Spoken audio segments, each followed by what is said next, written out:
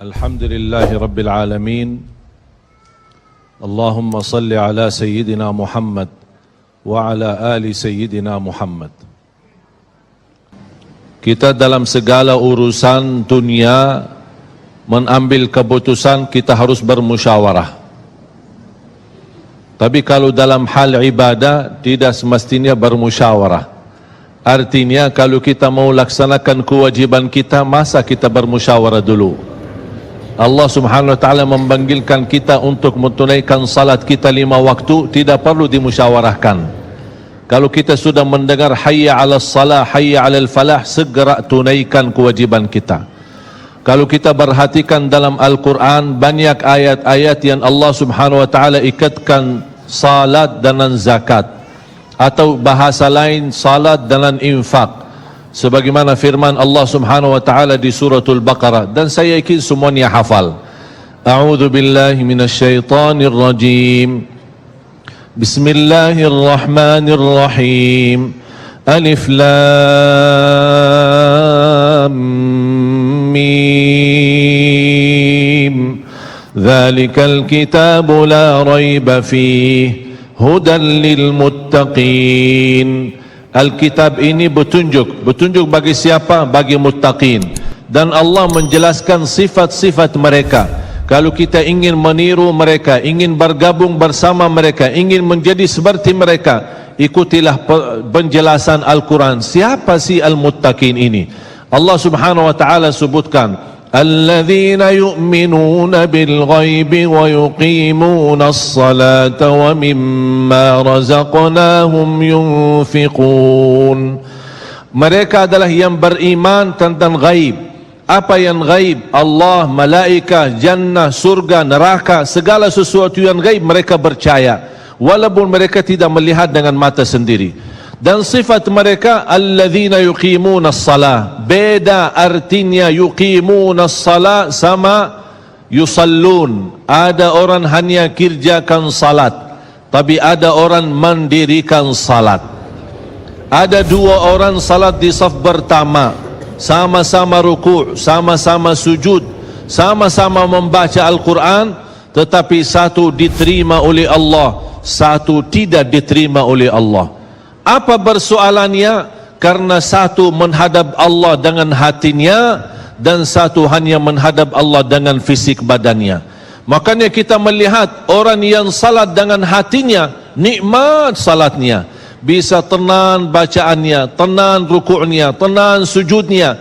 Beda sama orang yang buru-buru melaksanakan salat. Saya pernah masuk satu masjid, habis saya tahiyatul masjid duduk. Saya melihat seorang baru masuk dan juga tahiyatul masjid. Saya melihat gerakan salatnya, subhanallah, bukan subhanallah, na'udzubillah, luar biasa cepat. Saya hanya menangkapi bacaan gerakan salatnya. Saya baca Al-Fatihah, saya baru selesai waladdallin amin, dengan saya mencuba bagaimana bandingkan bacaan Al-Fatihah dengan salat beliau, dia sudah sampai ke tahiyat, padahal baru saya selesai surat Al-Fatihah. Salat apa ini yang kita kerjakan?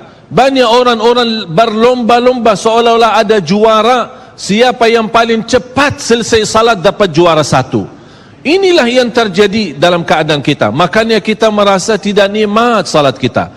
Yang kita hanya kejar seminar khusyuk dalam salat, latihan khusyuk dalam salat. Sebenarnya Bapak Ibu biar faham, tidak ada perintah dalam Al-Quran memerintahkan salat yang khusyuk. Tidak ada perintah dari Rasul salat yang khusyuk. Salat khusyuk itu apa? Salat yang khusyuk hasil dari salat yang tenang. Allah perintahkan ketenangan dalam salat. Ar-Rasul SAW memerintahkan ketenangan dalam salat. Kalau sifat khusyuk adalah sifat orang mukmin yang melaksanakan salat tumaknina. Qad aflahal mu'minun alladzina hum fi salatihim khashi'un. Ketika ada seorang datang ke masjid di zaman Rasulullah sallallahu alaihi wasallam, masuk masjid tahiyatul masjid, selesai salat dia datang kepada Rasul mau salaman, Rasul tidak menjawab. Bahkan Rasul berkata, salli fa innaka lam tusalli, salatlah karena kamu belum salat. Dia pergi ke depan, salat lagi, selesai balik lagi bertemu Rasul. Mau salaman, Rasulullah SAW tidak menjawab. Salli fa innaka lam tusalli. Salat dulu karena kamu belum salat. Sampai 3 kali dikasih tahu oleh Rasulullah SAW. Akhirnya orang berkata, mohon maaf ya Rasulullah, saya tidak tahu selain ini salatku.